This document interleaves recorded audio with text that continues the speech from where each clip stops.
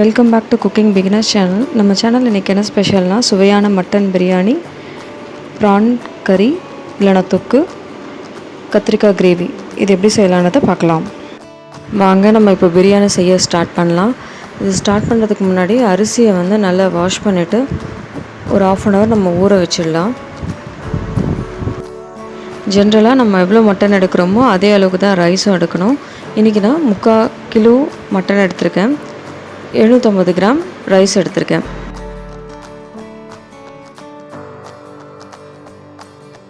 மட்டனோட கொழுப்பெல்லாம் நல்லா ரிமூவ் பண்ணிவிட்டு அதை நல்லா வாஷ் பண்ணிவிட்டு மட்டன் பாதி முழுகிற அளவுக்கு தண்ணியை விட்டுட்டு இதை நம்ம 20 நிமிஷம் குக் பண்ணி எடுத்துக்கலாம்.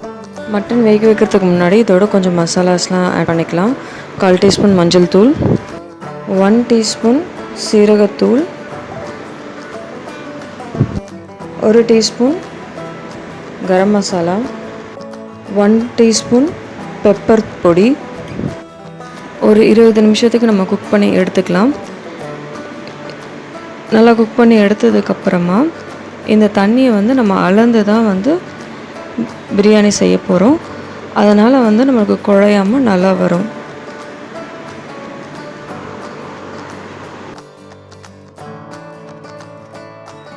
இப்போ பாருங்கள் எவ்வளோ அழகாக சாஃப்டாக வெந்துருச்சு.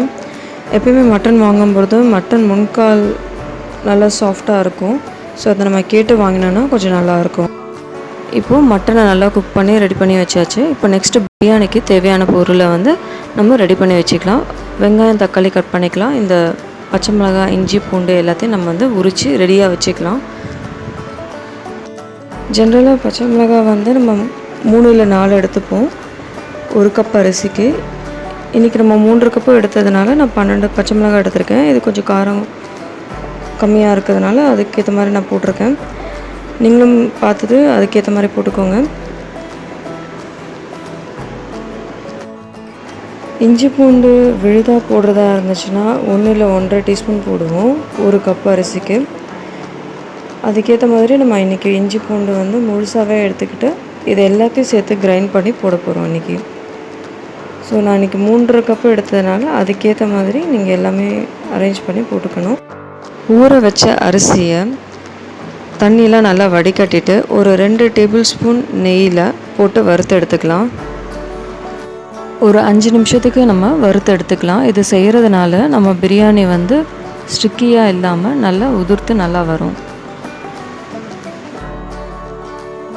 இது லோ ஃப்ளேமில் வச்சு வறுத்துக்கலாம். இந்த அளவுக்கு வறுத்துக்கிட்டா போதும். நெக்ஸ்ட்டு நம்ம பிரியாணி செய்ய ஸ்டார்ட் பண்ணலாம்.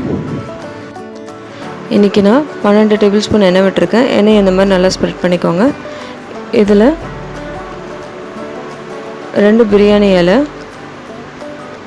3 பட்டை, 3 லவங்கம்,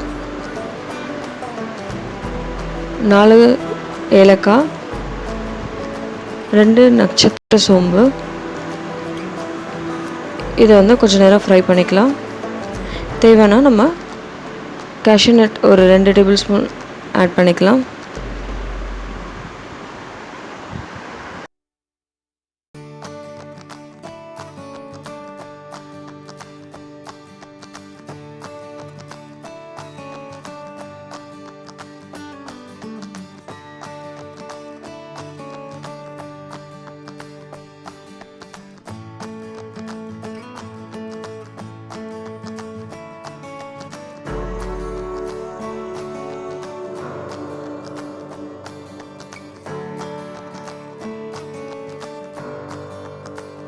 ஒரு கப்பு அரிசிக்கு 2 மீடியம் சைஸ் வெங்காயம் எடுத்துக்கலாம். தக்காளியும் அதே அளவுக்கு எடுத்துக்கலாம். இன்றைக்கி நான் 3 கப்பு போட்டதுனால நான் 7 வெங்காயம் எடுத்திருக்கேன், 7 தக்காளியும் எடுத்திருக்கேன். வெங்காயத்தை நல்லா நீளமாக கட் பண்ணிவிட்டு நல்லா வறுத்து எடுத்துக்கலாம். அது கொஞ்சம் லைட் ப்ரௌன் கலரில் வரணும். அந்தளவுக்கு நம்ம வறுத்துக்கலாம். இப்போது இதோட கொஞ்சம் சால்ட்டையும் சேர்த்து போட்டிங்கன்னா இன்னும் கொஞ்சம் சீக்கிரமாக வறுப்படும். இது மூடி வச்சு வறுத்து இப்போ எடுத்துக்கலாம்.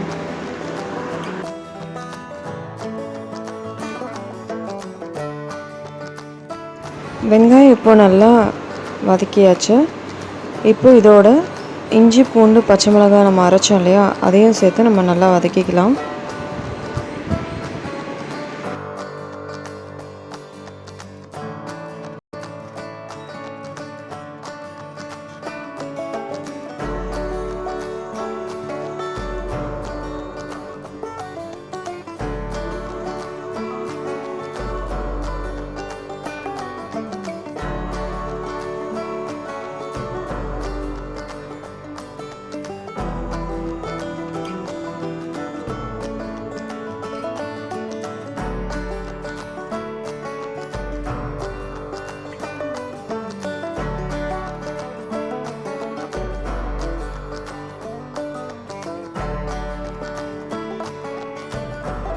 இதில் இப்போ தக்காளியும் ஆட் பண்ணிவிட்டு நல்லா வறுத்துட்டு சாஃப்டாக வேக வச்சுக்கலாம்.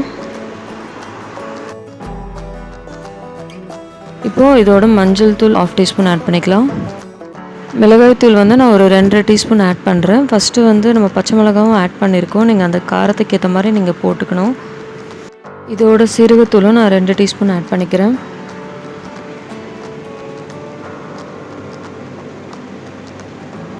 இதோட தனியாத்தூள் 2 டீஸ்பூனும் கரம் மசாலா 2 டீஸ்பூனும் ஆட் பண்ணிக்கலாம்.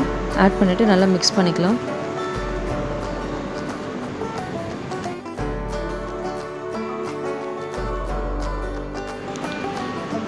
இப்போ நம்ம மட்டனை வேக வச்சு எடுத்தோம் இல்லையா, அந்த தண்ணியை வந்து நம்ம ஆட் பண்ணிக்கலாம். இப்போது பழைய அரிசினா 1 கப்புக்கு வந்து 1.25 2 கப்பு வரைக்கும் நீங்கள் விடணும். இப்போ புது அரிசினா நீங்கள் 1 கப்பு அரிசிக்கு 1.5 கப்பு தான் கரெக்டாக இருக்கும். இல்லைனா ரொம்ப அதிகமாக விட்டுட்டோன்னா குறைஞ்சிடும். ஸோ அதுக்கேற்ற மாதிரி நம்ம வந்து ஆட் பண்ணிக்கலாம். இப்போது மட்டன் தண்ணி பத்தலைன்னா நீங்கள் நார்மல் தண்ணியும் ஆட் பண்ணிக்கலாம். இப்போது வேக வச்ச மட்டனையும் நம்ம ஆட் பண்ணிக்கலாம்.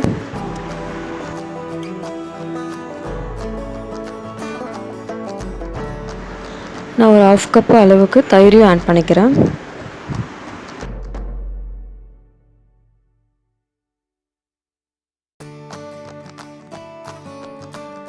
இதோட கொஞ்சம் கொத்தமல்லியும் கொஞ்சம் புதினாவும் ஆட் பண்ணிக்கலாம் ஃப்ளேவருக்காக. ஃபஸ்ட்டு நம்ம வெங்காயம் வறுபடுறதுக்காக சால்ட் ஆட் பண்ணோம். இப்போது மட்டன் ரைஸ் எல்லாத்துக்கும் சேர்த்து நம்ம இப்போ சால்ட் ஆட் பண்ண போகிறோம்.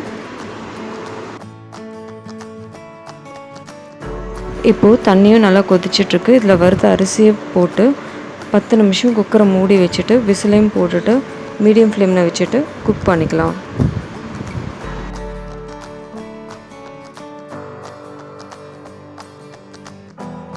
பத்து நிமிஷம் ஆனதுக்கப்புறமா குக்கரை அப்படியே ஆஃப் பண்ணிவிட்டு அப்படியே ஒரு 15 நிமிஷத்துக்கு அப்படியே விட்டுருங்க. அதுக்கப்புறமா திறந்துட்டு ஒரு 2 டேபிள் ஸ்பூன் அளவுக்கு நெய்யை விட்டுட்டு சுற்றிர விட்டுட்டு அதை நம்ம மிக்ஸ் பண்ணிக்கலாம். அவ்வளோதான். இப்போது சுவையான மட்டன் பிரியாணி ரெடி. நெக்ஸ்ட்டு நம்ம பார்க்க போகிறது ப்ரான் கறி இல்லைன்னா ப்ரான் தொக்கு. இது ரொம்ப நல்லாயிருக்கும் பிரியாணி சைடிஷாக வச்சு சாப்பிடும்போது. வாங்க இது எப்படி செய்யலான்றதை பார்க்கலாம்.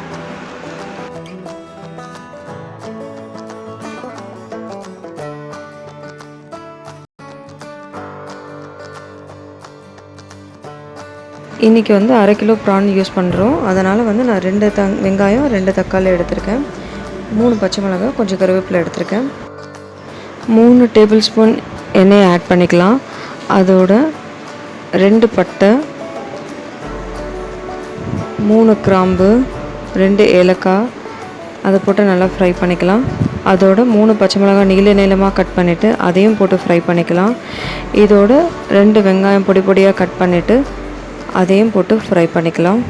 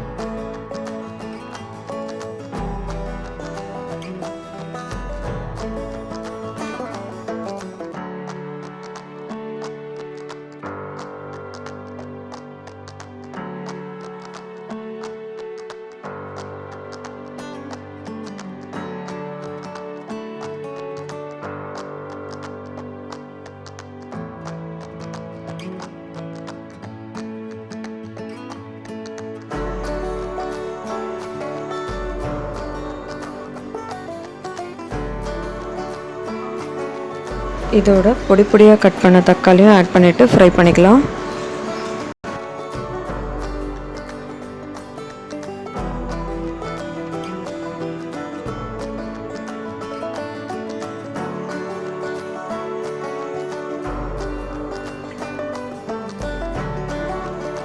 வெங்காயம் தக்காளி வதங்கினதுக்கப்புறமா இதில் வந்து 1/4 டீஸ்பூன் மஞ்சள் தூள், 1-1.5 டீஸ்பூன் வந்து நம்ம மிளகாய்த்தூள் போட்டுக்கலாம். நம்ம ஏற்கனவே 3 பச்சை மிளகாய் ஆட் பண்ணியிருக்கோம். அந்த காரத்துக்கு ஏற்ற மாதிரி இதில் நம்ம அட்ஜஸ்ட் பண்ணிக்கலாம்.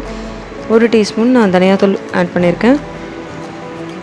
1/2 teaspoon சீரகப்பொடி, 1/2 teaspoon garam masala, 1 teaspoon இஞ்சி பூண்டு விழுது ஆட் பண்ணியிருக்கேன். இதை ஆட் பண்ணிவிட்டு இதோட எவ்வளோ சால்ட் தேவையோ அதையும் ஆட் பண்ணிவிட்டு நல்லா மிக்ஸ் பண்ணிக்கலாம்.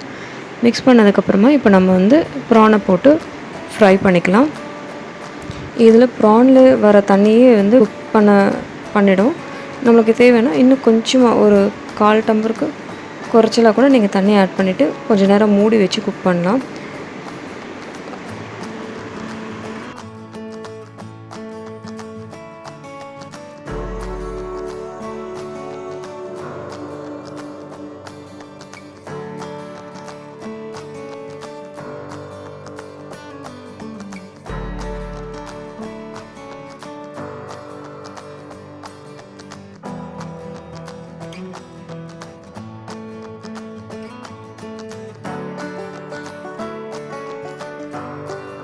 கடைசியில் கொஞ்சம் கருவேப்பிலையும் ஆட் பண்ணிவிட்டு அதை மூடி வச்சு ஒரு 2 நிமிஷம் நம்ம குக் பண்ணோன்னா அந்த ஃப்ளேவர் ரொம்ப சூப்பராக இருக்கும்.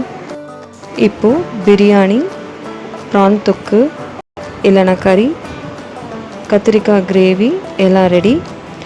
கத்திரிக்காய் கிரேவி நான் ஏற்கனவே பண்ணியிருக்கேன். அதை இந்த டிஸ்கிரிப்ஷன் பாக்ஸில் லிங்காக கொடுத்துருக்கேன், நீங்கள் ரெஃபர் பண்ணிக்கோங்க. தேவைன்னா நீங்களும் செஞ்சு பாருங்கள். செஞ்சு பார்த்துட்டு உங்கள் கமெண்ட்டை வந்து மறக்காமல் ஷேர் பண்ணுங்கள். இந்த வீடியோ பிடிச்சிருந்தனா இந்த வீடியோக்கு ஒரு லைக் போடுங்க. அப்படியே இந்த சேனலையும் சப்ஸ்கிரைப் பண்ணிக்கோங்க. நோட்டிஃபிகேஷன் பெல்லையும் கிளிக் பண்ணிக்கோங்க. அப்போ தான் நான் நியூ ரெசிபி ஏதாவது போடும்போது உங்களுக்கு இன்டிமேஷன் வரும். Thank you all.